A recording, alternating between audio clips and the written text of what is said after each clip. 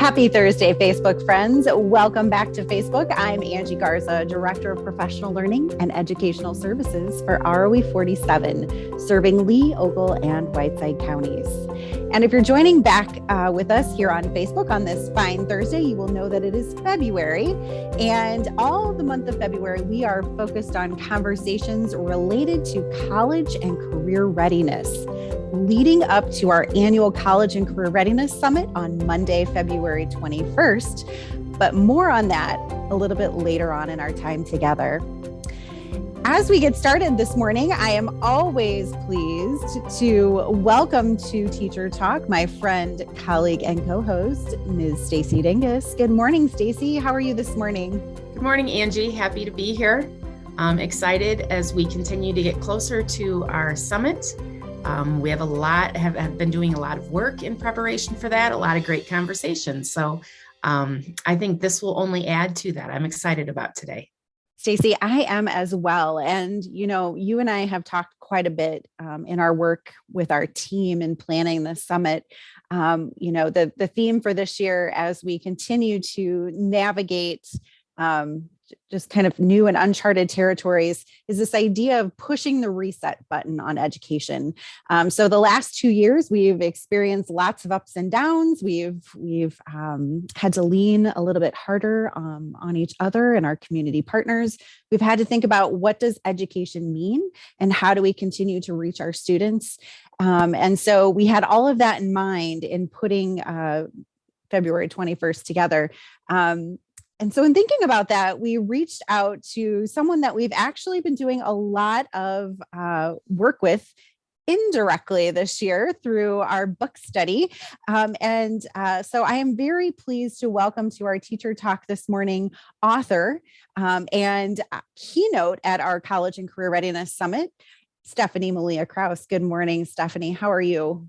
Good morning, Angie and Stacy. I am so good because I don't get to spend time with folks in Illinois enough. And Illinois is where home is for me and where my boys are in school. So I'm really glad to be with you all as an Illinois person and a mom and a teacher who's no longer on the front lines, but really enjoys connecting with folks who are. Stephanie, you, first of all, we're so excited to have you here, and we're even more excited to welcome you on February 21st. But you alluded to the fact that you are a frontline parent, a former frontline educator, and you happen to come out with this book that we've been reading called Making It.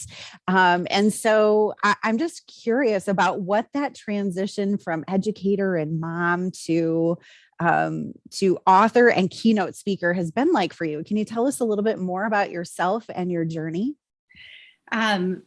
So I'll try to smush it into some spaces that make the most sense, I think, for this moment. You mentioned Making It and held that up. So Making It is my first book. I have a next one on the way that maybe I'll give a sneak peek at the very end about. But it was something I had to write. It was one of those moments in life where you feel that sort of moral and ethical pull to do something. And the reason why absolutely tracks back to that personal life journey, one that started in my own lived experience and then sort of cut across professionally. I am a GED recipient. I actually didn't finish high school myself and had this complicated personal history growing up in a family of 5 and having this chopped up and stopped short education. So I had this kind of personal baggage history with high school, started in community college, went on through and ended up becoming a teacher. And through teaching and eventually school leadership, this question I wondered about myself, which was, what do I need to be ready? If I have this complicated life history and just this GED, what do I actually need to be okay? Became this work conflict because I was teaching everything that I needed to in class, and I was doing all of the requirements to keep our school compliant as a school leader. But I knew there was this gap between what I was told to deliver and what my kids needed in order to really succeed and thrive. And eventually that gap became big enough that I left frontline practice. I left education. I got a social work degree. I moved through, and the book came out of this recognition over the past decade working in national work, that the conversations I became a part of working for national organizations and state initiatives were the conversations I needed when I was in the classroom. The conversations about how kids learn and what adolescents need and the future of work and how it's changing. And so making it is my love letter back to the front lines, trying to take the research and the information from education and workforce development and youth development and the predictions on what the future is going to look like and this super shaky, crazy moment we're in right now, and what that means for kids now and in the future, and get it back to teachers, coaches, counselors, and parents. I wanted to make sure it extended to parents because even though we're not doing a great job of it right now, parents and teachers need to be working together. Kids' lives are on the line, and community needs to be working with education, with K-12 education too. Of speaking as someone who's really passionate about this idea of collective impact and kind of rethinking education and the way that we engage our students and prepare them for whatever their future might be. That really, kind of speaks to me. So I'm going to dig a little bit deeper into this with you. You talk a lot about that life preparation as opposed to school preparation. And in fact, in your book, you write the fact that the Making It explores how today's kids and the world are changing and what that means for young people and what they need to be ready for adulthood. Most schools, curriculums, and youth programs were not designed for this new reality. Instead, systems like public schools operate from outdated models meant to prepare farm kids to work in factories. And you also write, today, young people are transitioning into an adult life full of rapid change and unpredictability. These last 2 years are even more evidence of that, I feel. And it's time for us to update our understanding of what young people need and upgrade their education and preparatory experiences accordingly. So can you expand upon your thoughts, passions, and beliefs and what you write about in Making It, to kind of talk more about this idea of life preparation as opposed to school preparation? Yeah. So I think historically in education, when we've thought about life skills or life preparation, it's felt like education light, like LITE, right? The low fat version of teaching and learning. And that's not what this is about. I think that one thing I would want any administrator listening or aspiring administrator to hear, and then I'll tell you what sort of shocked and changed me the most in writing Making It, is the need for us to shift from the end goal being college and career readiness to the end goal being a long and livable life.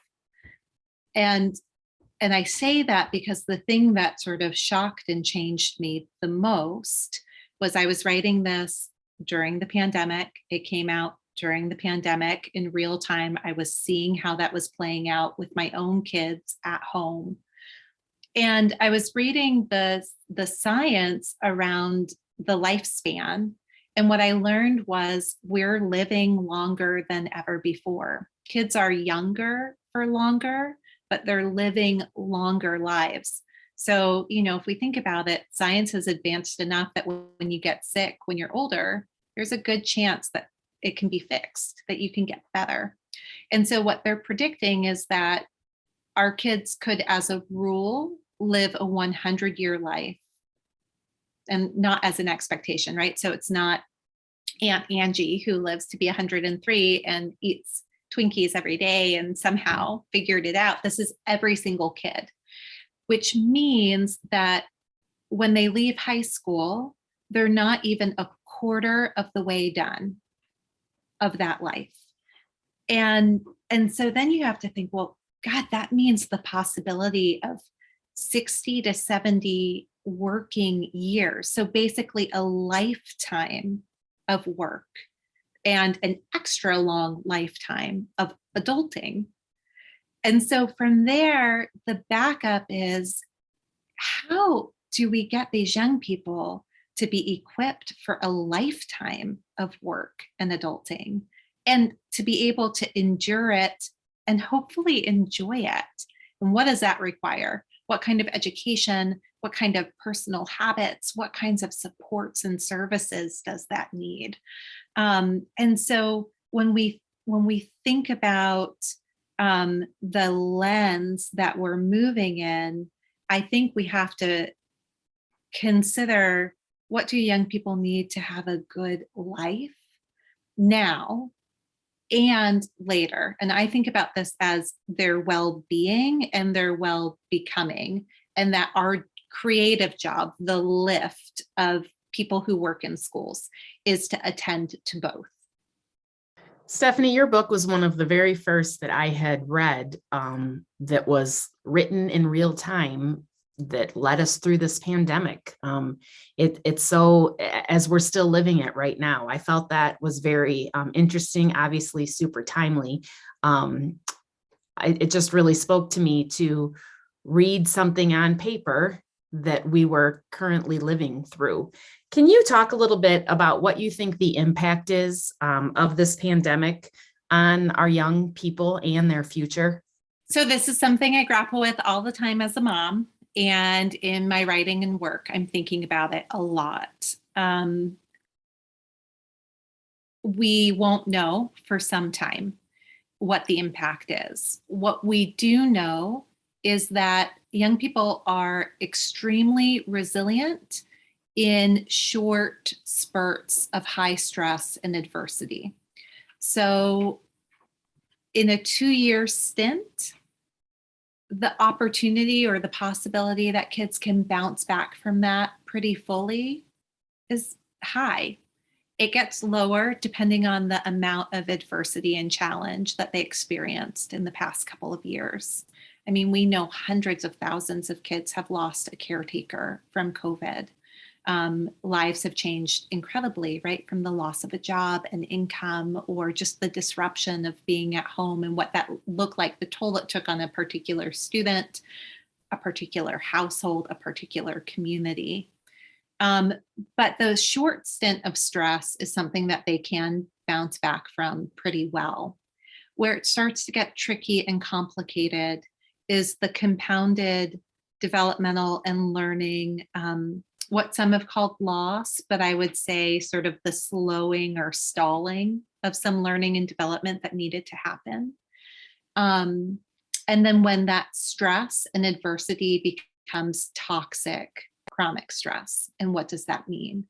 And so when we think about the number of kids who are going to end up, for instance, in a school, if you're listening to this and you're a 9th grade teacher, you probably have kids right now who emotionally feel more like they're 7th graders, but you were trained to be a high school teacher. You weren't trained to work with tweens.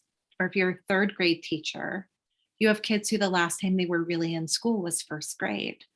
And the thing that research is super clear on is the number one ingredient for health, happiness, learning, and development are social connections, social relationships. They are truly the bread and butter of how we learn and develop and grow. So there's some catching up to do, but if teachers don't have the training and support when they have kids who are sort of growing up fast and slow, then problems can get worse and harder. And then the need to heal and the time it takes to heal is another piece that has to be attended to. I think my biggest worry, Stacey, is that our kids are going to burn out before they grow up.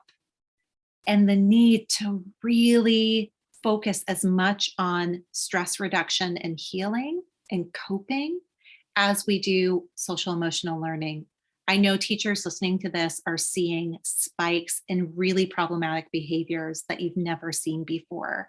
And that counselors are seeing more mental health issues than they've ever, scary ones, kids wanting to die, and having to do those kinds of assessments every week. So there's a real need for us to get very, very focused on the relationship between living and learning and health, healing, and learning, and then getting trained and equipped on how to do that.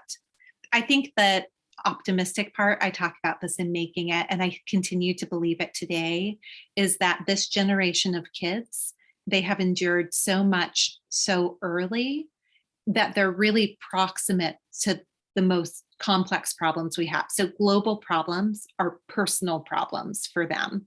And so if you think about your own life and the things that you're passionate about, oftentimes they relate to your own personal experience, right? So if you had a sibling who had Down syndrome, or if you had addiction in the house, or if you were a foster kid, anything that has that personal connection. So the really powerful thing that I'll just leave with folks is we actually could have the most wonderful group of change makers that we have ever seen. Definitely, that was a lot to unpack. As I was sitting here listening to you, just kind of nodding my head in agreement. It seems just like a daunting challenge, but I do agree with you, and I certainly appreciate the fact that there is that light, there is that hope with our students, being very active and engaged and passionate about their world, their culture as they continue to grow. If we're able to continue to support and meet their needs as we engage them in their learning and in those formative years. So given the fact that we have so much to think about, oftentimes teachers will tell me, I don't even know where to start. Yeah. And so I would counter at this point with come to the summit on the 21st and listen to Stephanie and kind of let your brain and your thoughts marinate a little bit more on what we're seeing and the challenges and potential successes are in front of us. So can you tell our listeners a little bit more about what to expect from you? Because you're not only going to keynote, but you're going to facilitate some conversations for us. What might they expect by attending on the 21st? So it's a good two-step. So Angie, if you still have the book and you can hold it up, I will tell you that the worst thing that I could have done as an author is if speaking is the same as writing, and it's not, but it will feel like a same conversation. So I would say the two-step is, if you're able to get a copy of Making It, to read it, it actually just went on sale on Amazon, but you can get it anywhere, or to listen to it.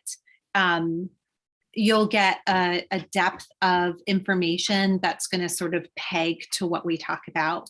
But when we're together at the summit, I think building, Stacy, off of your question about the pandemic, what we're going to talk about is, who even are these kids? How have their experiences and environments shaped them and made them different than us? And what does that mean? And what are the things we need to explore and understand about them being disruption and digital natives? And then what do we know about the world and how that's changing, including the world of work, this longer life? And what does the combination of those two pieces mean? I think the most important thing about Making It, in terms of like teachers, where do I even start, is that it really, I think, shines a light on things that we know instinctively are important. And it names them and says, actually, yes, you're right. These are the things you need to focus on. And there are some pretty easy ways to do it. Things like relationship, or supporting kids with focus, and supporting them in learning how to turn the technology on or off. And so there's some good, easy pieces. And then for people who are in the transition space, community college, upper high school, we'll also talk about if a working life is going to be 60 years or more, what are the kinds of work that I even need to prepare a young person for? What does that look like? Things like livable and lovable work.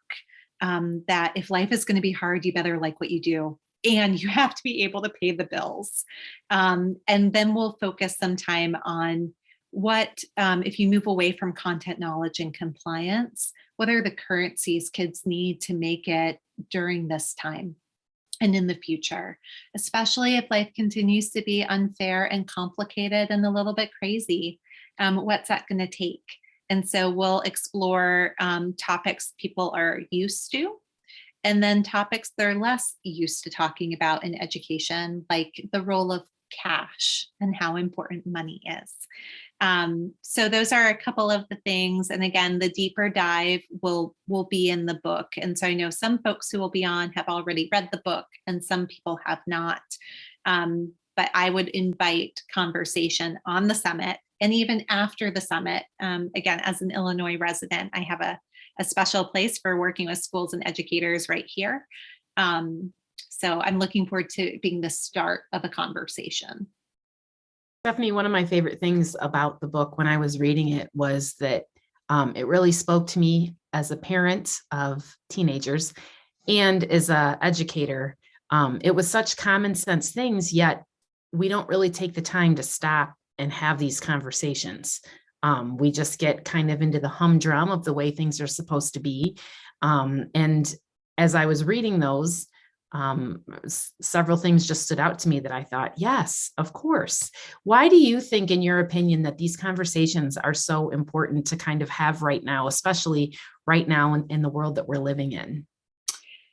It's a really interesting thing. I mean, in some ways, I feel like the book is like salt on things that were already happening, because when I was writing it, the pandemic started. And to be honest, I was afraid nobody would read the book because I was talking about things like relationships and the importance of social capital for the opportunities you get in cash, but also mental health and some of these pieces that we know are important, but we don't elevate in importance in education conversations. And then the pandemic just brought that out of everyone in the raw, right? And we had this experience at home or in our lives of seeing how this played out. And again, that relationship between living and learning. And we don't get good training on that. I mean, we know it. We talk to our colleagues about it. We gossip about it. We vent about it, but we don't get good training and time to reflect and understand why and what it means. And so I think that goes back to why this was a love letter back to the front lines, was that as I understood the research of how kids learn and develop and the projections of what work in the future were going to look like, all I kept thinking about was, God, I really wish I had had this when I was teaching these kids. I did such a disservice to not know. And then I found myself applying it in my parenting. And so hopefully that connection, I'm glad to hear you share that, Stacy, because that's the kind of response I want, especially from educator parents in particular of, oh my God, it totally related to my work. And also I was thinking about my own children. And that can be true of nieces and nephews and other kids in people's lives. But this is a personal look at the professional realities that we're facing every single day in the field.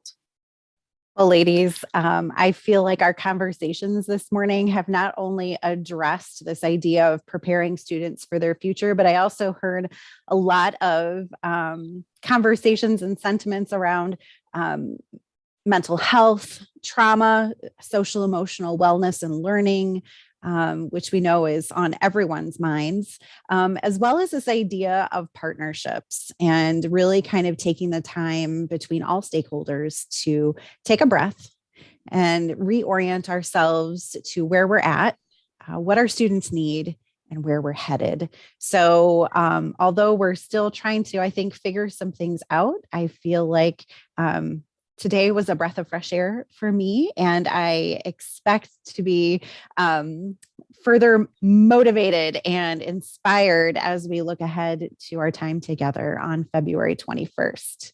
On that note, I do want to remind all of our viewers that registration is open for our annual, I feel like we need to retitle this now, but it's our annual College and Career Readiness Summit. This year, we're focusing on pushing the reset button on education. And I think you can see and hear and understand from the conversations that we've had today how vitally important this conversation will be.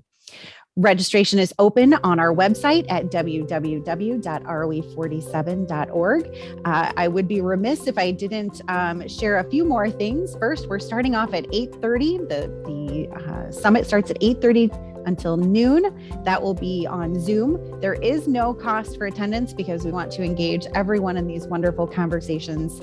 And all of our summit attendees will be receiving a copy of Stephanie's book, Making It. So if you haven't read it and you would like to learn more and dig deeper into what she's going to be sharing with us, you will have the opportunity to do so. On behalf of our special guest, Stephanie Malia Krauss, and my friend, colleague, and co-host, Stacey Dingus, I would like to say thank you so much for joining us here this morning on Facebook. We hope you have a great rest of your Thursday, and even better Friday, a wonderful and relaxing weekend, and we will see you right back here next Thursday for another edition of Teacher Talk.